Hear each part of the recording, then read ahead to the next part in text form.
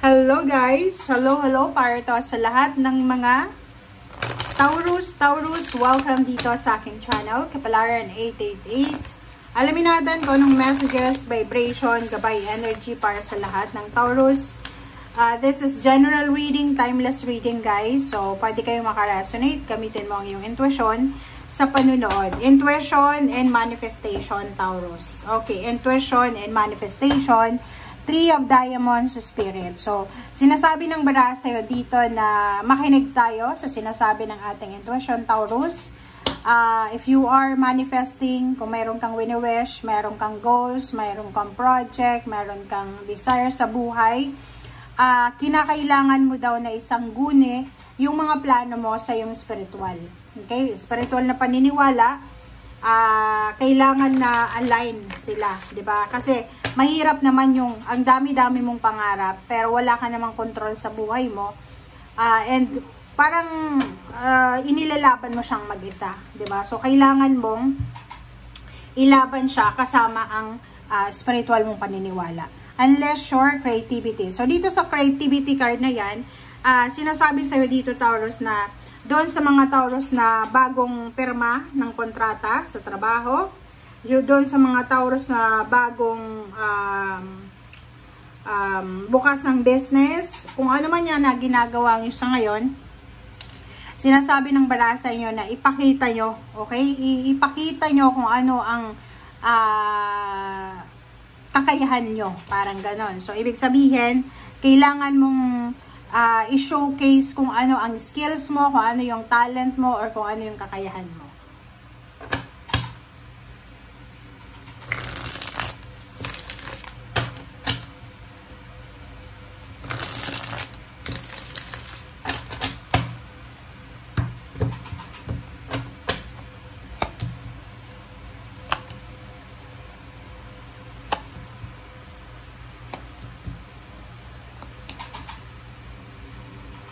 Okay. First 5 cards tayo. Page of Swords and 8 of Swords. Sinasabi ng bara sa'yo dito, Taurus, na maybe you're experiencing financial and emotional stagnation or financial and emotional scarcity. Okay?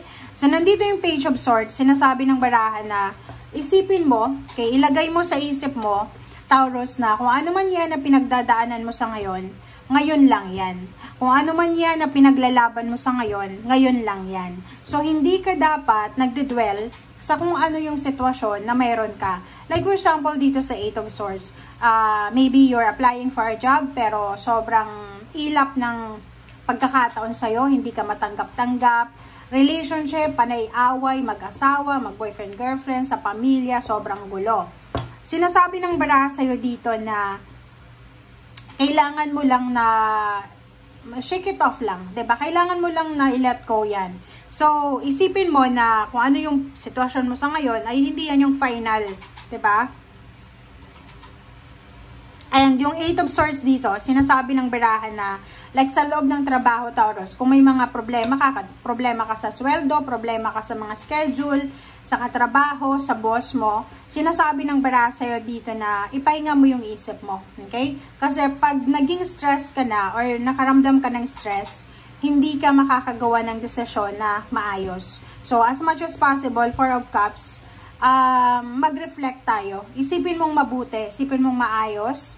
Ano ba yung maibibigay sa'yo ng pagrereklamo na to? Ano bang maibibigay sa'yo ng negative na to or toxicity na to? So, let go, 8 of Cups, withdraw yourself from that situation na alam mo na toxic, na alam mo na negative, na alam mo na hindi magdadala ng magandang contribution sa buhay mo. Okay?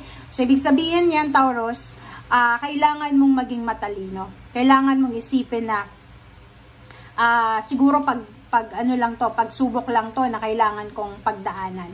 But especially doon sa mga Taurus na halimbawa isang taon na kayong namumroblema sa pera and until now wala pa rin pera or wala pa rin trabaho, siguro understandable kung makaramdam kayo ng medyo nawawalan ka ng interest or nawawalan ka ng pag-asa. But yun nga, ang sabi sa'yo ng barahan na hindi ka dapat mawalan ng pag-asa.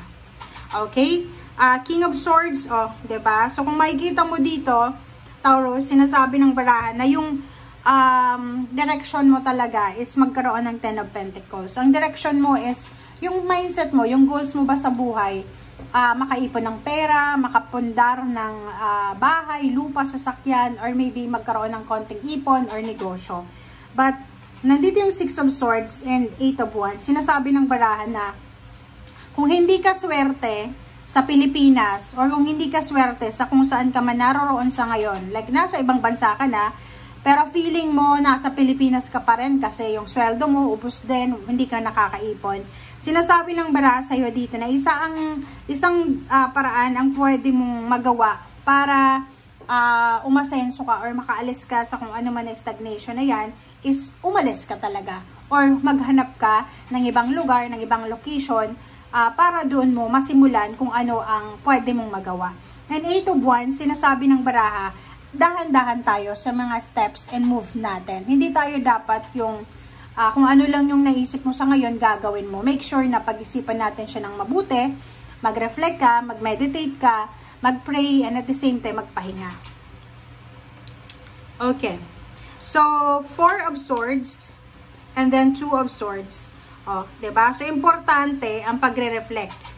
Lalo na doon sa mga, halimbawa, may contract ka na dapat pirmahan pero hindi natuloy. Meron kang kumbaga travel na gagawin, relocation, movement pero hindi natuloy. So sabi sa iyo ng baraha, kung hindi natutuloy yung mga plano mo sa buhay, habang hindi pa yan nangyayari, kailangan mo munang ipahinga ang isip at puso mo. Isipin mo na siguro kaya hindi ito natuloy kasi hindi ito para sa akin. May nakahanda ang universe para sa akin na talagang doon ako magpo-prosper or doon ako magpo-flourish. So, yung Four of Swords, sinasabi ng barahan na as much as possible, kahit anumang pagdaanan, anumang duman sa buhay mo, pagdaanan ka man ng bagyo, ng ulan, or anything, kailangan mo daw na maging positive. And napaka-importante na magpahinga tayo. Atong 3 cards mo na to, sinasabi ng barahan na while you're thinking for your future, pwede ka munang mag-pause. Mag-pause ka muna, mag-relax ka muna, i-prioritize mo muna yung self-love mo or maybe i-prioritize mo muna yung health mo. Okay.